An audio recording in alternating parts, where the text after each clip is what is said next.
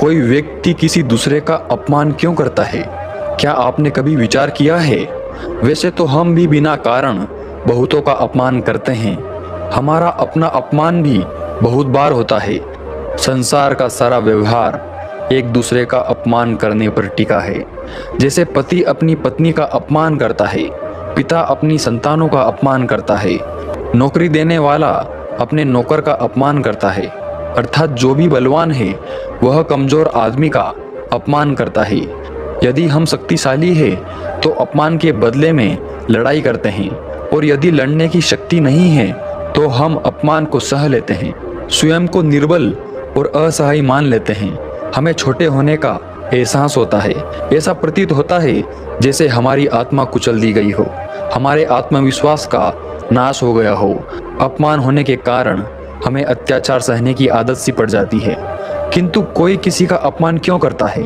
और जब व्यक्ति को अपने ऊपर विश्वास नहीं होता है तो वो शराब और जुए जैसे व्यसनों में सुख ढूंढता है, मन से रोगी बन जाता है। आखिर किसी भी मनुष्य की ऐसी दुर्गति क्यों हो जाती है? अपमान करने वाला वास्तव में क्या सिद्ध करना चाहता है? कभी आपने गहराई से विचार किया है? तो आइए समझते हैं भगवान बुद्ध की इस कहानी से। कहानी छोटी सी है लेकिन बहुत गहरी है। इससे पहले कि आप इस कहानी में खो जाएं, इस चैनल को सब्सक्राइब जरूर कर लें। तो चलिए कहानी शुरू करते हैं। एक दिन गौतम बुद्ध तथागत अपने शिष्यों को उपदेश दे रहे थे कि तभी एक शिष्य उठकर बोला, बनते जब कोई हमारा अपमान करता है तब हमें बहुत दुख होता है, निर्बलता का एहसास होने लगता है। अपमान होने पर जो अंदर मन में पीड़ा होती है उसका हम कैसे निवारण कर सकते हैं? बुद्ध बोले, यह सत्य है कि हर प्रकार के दुख का निवारण किया जा सकता है। महात्मा बुद्ध बोले, इसी संदर्भ में मैं तुम्हें एक कथा सुनाता हूँ। एक व्यक्ति एक गुरु के पास आया और उसने कहा, गुरुदेव, मैं अपने नगर में बहुत बड़ा धनी व्यक्ति हूँ। मेरा यहाँ बहुत सम्मान है। सब लोग मेरी बहुत इज्जत करते हैं। मैं जहाँ जाता हूँ लोग वहाँ खड़े हो जाते हैं। मैं चाहता हूँ कि लोग मेरा हमेशा ऐसा ही सम्मान करते रहे, मेरा कभी कोई अपमान ना करे। और अगर किसी ने कभी मेरा अपमान कर दिया तो मुझे क्या करना चाहिए? गुरु ने कहा, कल से मैं तुम्हारे नगर में एक प्रवचन दे रहा हूँ। तुम्हें वह प्रवचन रोज सुनने आना होगा। पूरे 10 दिन इस नगर में मैं प्रवचन दूंगा। अगर तुमने 10 के 10 दिन वह प्रवचन सुन लिए तो फिर इस पूरे संसार में तुम्हारा कोई अपमान ना कर सकेगा।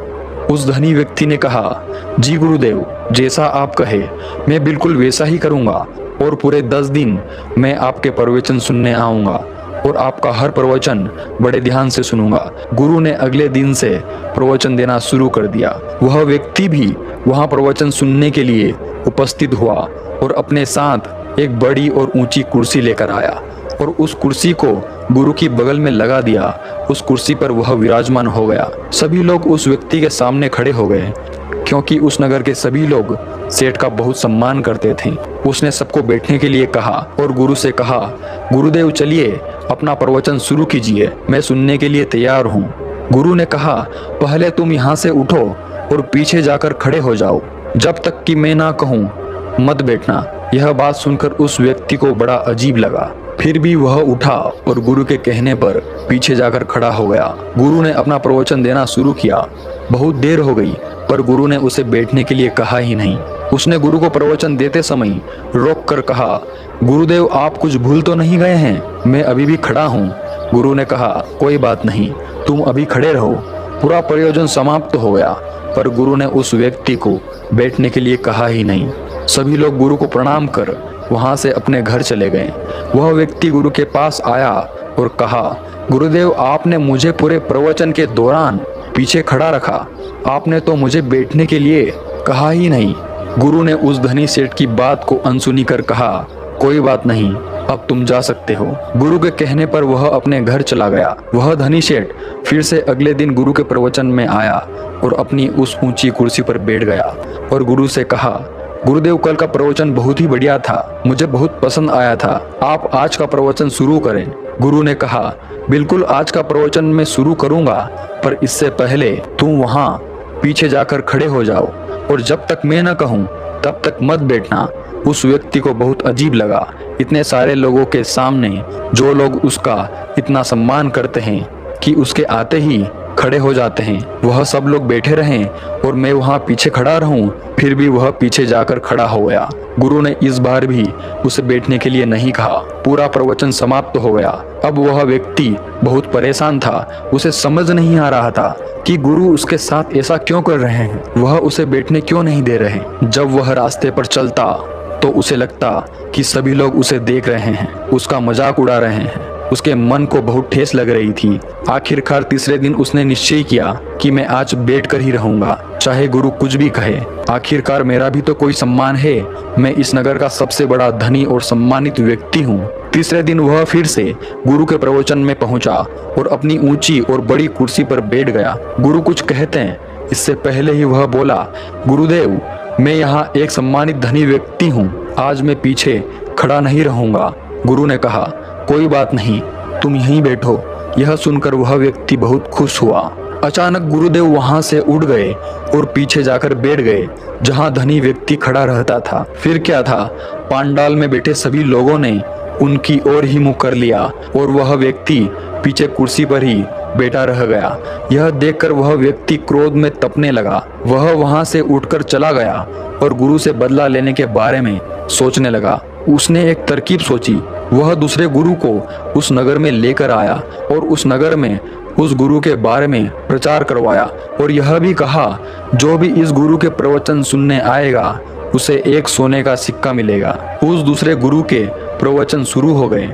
वह धनी व्यक्ति यहाँ भी गुरु की बगल में एक ऊंची और बड़ी कुर्सी पर बैठ गया। जब लोगों को पता चला कि उस दूसरे गुरु के प्रवचन सुनने से एक सोने का सिक्का मिलता है, तो सारे के सारे लोग सोने के सिक्के के लालच में उस दूसरे गुरु के प्रवचन में कूद पड़े। वहां बहुत भीड़ इकट्ठी हो गई। आसपास के गांव के लोग भी आने लगे। वह धनी व्यक्ति भी सीना चौड़ा करके हर एक व्यक्ति को एक एक सोने का सिक्का बांटता रहा। प्रवचन में आए हुए सभी लोग उस व्यक्ति की जय जयकार करने लगे। वह दूसरा गुरु भी उस धनी व्यक्ति की प्रशंसा करता। सब कुछ बहुत अच्छा हो रहा था। 9 दिन गुजर चुके थे। उस धनी व्यक्ति ने सोचा, उस गुरु के भी हालचाल देख लेता हूँ जिसने मेरा अपमान किया था। वह उस गुरु के पास पहुंचा तो देखा कि गुरु आज भी प्रवचन दे रहे थे। उनके सामने दूर पीछे एक व्यक्ति खड़ा था और वह केवल उस एक व्यक्ति को ही प्रवचन दे रहे थे। गुरु और उस प्रवचन सुनने वाले व्यक्ति के अलावा दूसरा कोई और उस पांडाल में मौजूद नहीं था और वह व्यक्ति अकेले ही बहुत शांति से गुरु का प्रवचन सुन रहा था। वह धनी व्यक्ति गुरु के पास पहुंचा और कहा, क्यों गुरुदेव, मुझे अपने पास कुर्सी पर नहीं बैठने दिया था ना आपने? अब मैं आपसे भी बड़े गुरु के पास बैठता हूँ। सभी लोग उनके प्रवचन सुनने आ रहे हैं। सभी लोग मेरी जय जयकार कर रहे हैं। गुरु मुस्कुराए और गुरु ने कहा, अपनी जय जयकार कराओ, मुझे अपना प्रवचन पूरा करने दो। उस धनी व्यक्ति ने कहा, आप किसे प्रवचन दे रहे हैं? उस एक व्यक्ति को, और उसे भी वहां दूर खड़ा करके रखा है। मैं उसे भी अपने साथ ले जाऊंगा उस दूसरे गुरु के प्रवचन सुनवाने के लिए। गुरु हंसे और गुरु ने कहा, ले जाओ। उस धनी व्यक्ति ने उस पीछे खड़े हुए व्यक्ति से कहा, चलो मेरे साथ, इनसे भी अच्छा प्रवचन मैं उन दूसरे गुरु से दिलवा रहा हूँ, और अगर तुम मेरे साथ चलोगे तो मैं तुम्हें एक नहीं 100 सोने के सिक्के दूंगा। उस दूर खड़े व्यक्ति ने मना कर दिया। उस धनी व्यक्ति ने फिर से कहा, चलो 1000 सिक्के देता हूँ। उस व्यक्ति ने फिर से मना कर दिया। उस धनी व्यक्ति ने कहा, चलो यह सब छोड़ो, 10,000 सिक्के देता हूँ। उस व्यक्ति ने फिर से मना कर दिया। उस धनी व्यक्ति के अहंकार को ठेस पहुंच रही थी। उसने कहा, इतना दूंगा कि तुम्हारी 7 पुश्तें बैठ कर खाएगी, जमीन भी दूंगा और 1 लाख सोने के सिक्के भी दूंगा। उस दूर खड़े व्यक्ति ने मना कर दिया और कहा, अगर तुम यहाँ से चले जाओगे तो जितना चाहोगे उतना धन दूंगा, जितनी जमीन कहोगे उतनी दूंगा, राज्य मांगोगे तो वह भी दे दूंगा। यह बात सुनकर उस धनी व्यक्ति की समझ में नहीं आया कि सामने खड़ा हुआ व्यक्ति कौन है। उसने गुरु से पूछा, गुरुदेव यह कौन है? गुरु ने कहा, यह इस देश के राजा हैं। उस धनी व्यक्ति ने पास जाकर ध्यान से देखा और राजा को पहचान लिया। वह सीधा राजा के चरणों में गिर गया और कहा, महाराज मुझे माफ करें, मैंने आपको पहचाना नहीं। तब गुरु ने कहा, क्या राजा के चरणों में गिरने से तुम्हारे अहंकार को ठेस नहीं पहुंचती? क्या तुम्हारा सम्मान नहीं घटता? उस धनी व्यक्ति ने कुछ नहीं कहा। तब गुरु ने कहा, सुनो, जब तुम आए थे उसी दिन यह राजा भी मेरे पास आए थे। इनका यहाँ आने का कारण भी वही था जो तुम्हारा था। जो मैंने तुमसे कहा था वही इनसे भी कहा था, पर यह अभी तक वहीं खड़े हैं जहाँ मैंने इन्हें खड़ा किया था, और तुम वहाँ खड़े हो जहाँ तुम खड़ा नहीं होना चाहते थे। तुम्हें तो अपने प्रश्न का उत्तर चाहिए था, और तुम किस खेल में लग गए? धनी व्यक्ति हाथ जोड़े चुपचाप गुरु की बातें सुन रहा था। राजा ने धनी व्यक्ति से कहा, मित्र, मैंने इन 9 दिनों में यह सीखा कि हमारा अपमान नहीं होता, हमारे पद का, हमारी प्रतिष्ठा का अपमान होता है। जब हम अपने आप को किसी बाहरी वस्तु से जोड़ लेते हैं तब हमारा अपमान होता है। मैं राजा हूँ तो मेरे चरणों में गिरने पर तुम्हें कोई आपत्ति नहीं है। अगर कोई गरीब व्यक्ति होता तो उसके चरणों में तुम गिर न सकोगे, और अगर गिर गए तो तुम्हारा पद और तुम्हारी प्रतिष्ठा तुम्हें अपमान का एहसास कराएगी। हमेशा अपने स्वाभिमान और अधिकार की रक्षा करो, अपने अहंकार की नहीं।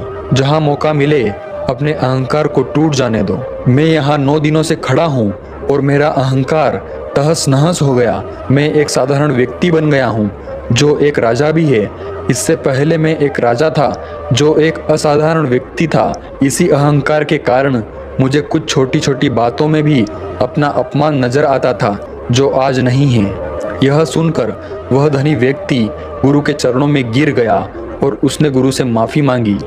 महात्मा बुद्ध अपने भिक्षुओं से बोले, वास्तव में हम किसी का अपमान नहीं करते। उसकी निर्मलता सिद्ध करने के लिए, यह बताने के लिए कि हम अधिक शक्तिशाली है। अपमान करने वाला हकीकत में अपनी शक्ति से संदेह करता है। उसे अपनी शक्ति पर भरोसा नहीं होता। दूसरों को चुनौती देकर वो अपनी शक्ति पर विश्वास प्राप्त करने की कोशिश करता है। क्या ये सच नहीं है? जब हम किसी का अपमान करते हैं तो वास्तव में इतना ही प्रकट करते हैं कि हमें अपने मन पर भरोसा नहीं है। हमें यह सांसारिक अविरत संघर्ष प्रतीत होता है, कभी ना रुकने वाली एक जंग सी दिखाई देती है। हम अपने निकट आने वाले सभी को शत्रु मानते हैं, फिर वो पति या पत्नी ही क्यों न हो। हमें निरंतर लगता है कि हमें अपनी शक्ति सिद्ध करनी होगी, अन्यथा हमारा शोषण होगा, हम किसी के गुलाम बन जाएंगे। किंतु क्या हमने कभी विचार किया है कि दूसरों को प्रतिद्वंदी अर्थात दुश्मन मानने के बदले उसे अपना मित्र मान ले, हमारी सहायता करने वाले सहयोगी मान ले, अर्थात दूसरे व्यक्ति को प्रेम करें, एक दूसरे को मित्रता के भाव से देखें, तो उसका अपमान करना आवश्यक ही नहीं होगा। किंतु प्रेम करने के लिए व्यक्ति को खुद पर आत्मविश्वास होना अति आवश्यक है।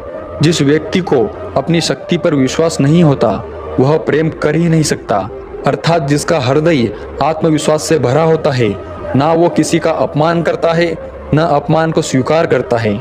क्या यह सत्य नहीं? इस कथन पर विचार अवश्य किया जाना चाहिए। तो दोस्तों, आपको यह कहानी कैसी लगी कमेंट सेक्शन में जरूर बताएं, और अच्छी लगी हो तो इस चैनल को सब्सक्राइब करना ना भूलें। तो मिलते हैं अगली कहानी में।